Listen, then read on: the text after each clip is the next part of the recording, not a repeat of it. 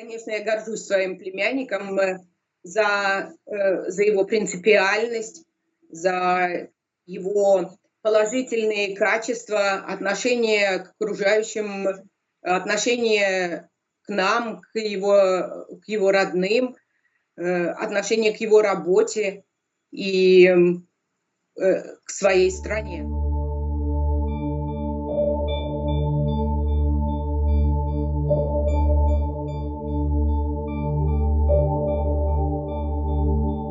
После трагедии, которая случилась в здании суда, я долго спрашивала себя о том, почему мой дорогой человек пошел на такой крайний шаг.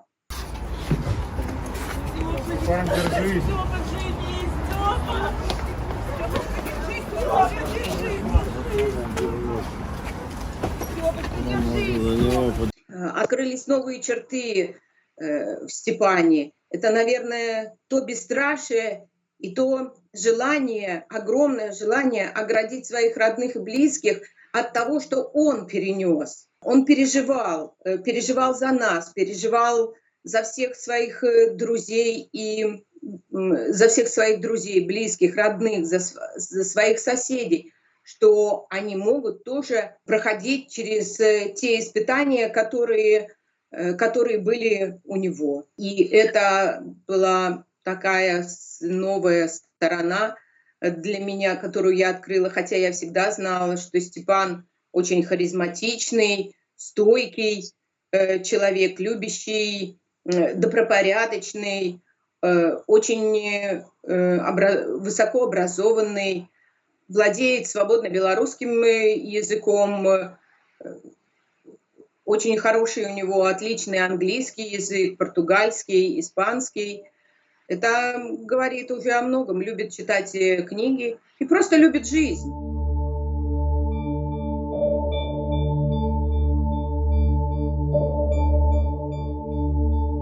Арборист — довольно новая профессия, необычная профессия не только для Белоруссии.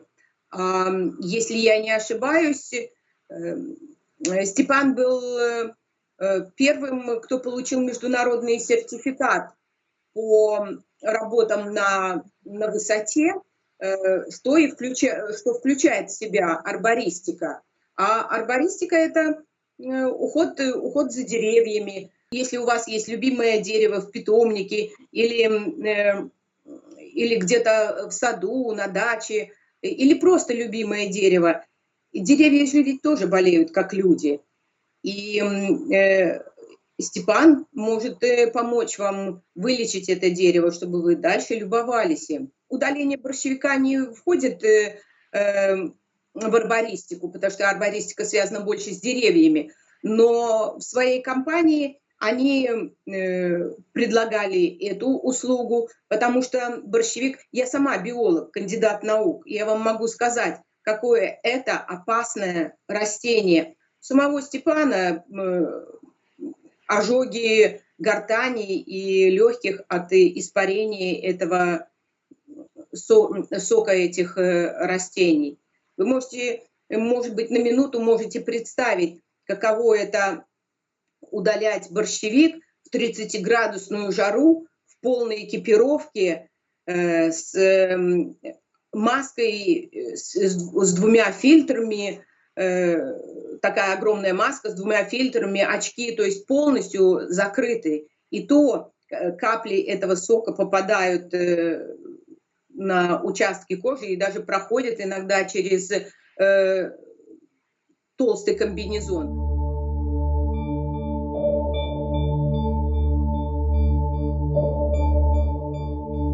У нас семья биологов.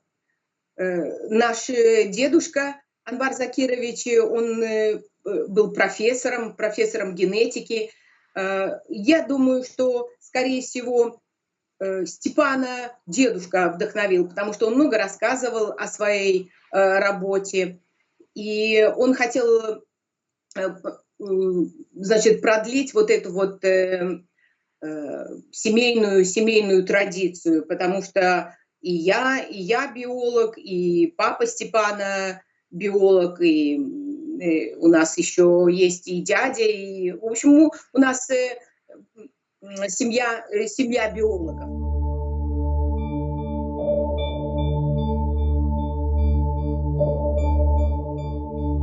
Как только его привезли в девятую больницу города Минска, его прооперировали, рану зашили, и, надо сказать, аккуратно зашили профессионалы своего дела. Спасибо им за это. Он находился какое-то время в реанимации и с ЭВЛ, но потом он пришел в себя, но, к сожалению, его очень быстро перевезли обратно в СИЗО. В ту же ночь его перевезли в СИЗО, санчасти СИЗО, в более лучшие условия.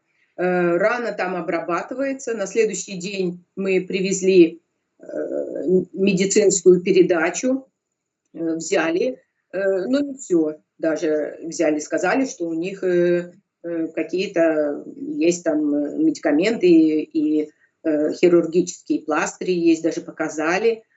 Рана обрабатывается, повышенное внимание. Сейчас его состояние улучшилось, он чувствует себя лучше, рана заживает, затягивается. Набирает сил, друзья ему передали витаминную передачу, он набирает сил, ну, также настраивает себя. Он вообще стойкий человек, сильный человек. Это еще одна наша семейная черта.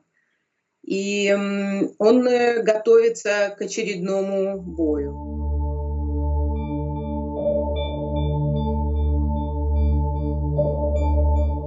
Что ожидать в дальнейшем от суда, мне даже трудно сказать. Я не знаю, что ожидать. То, что случилось 1 числа, никто никогда в кошмарном сне даже не мог представить себе.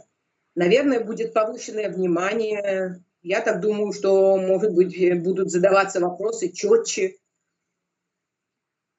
и корректнее. С волнением жду 10 числа. Лично я не считаю его виновным, потому что некоторые моменты его работы я знала, и даже с ним ездила на некоторые обработки. И я видела, как, если эта обработка проходила в деревне, как жители его добродушно встречали, пожимали руки и были очень довольны и рады, что Степан проводил такие работы, и они могли не опасаться за своих детей и за себя, за животных.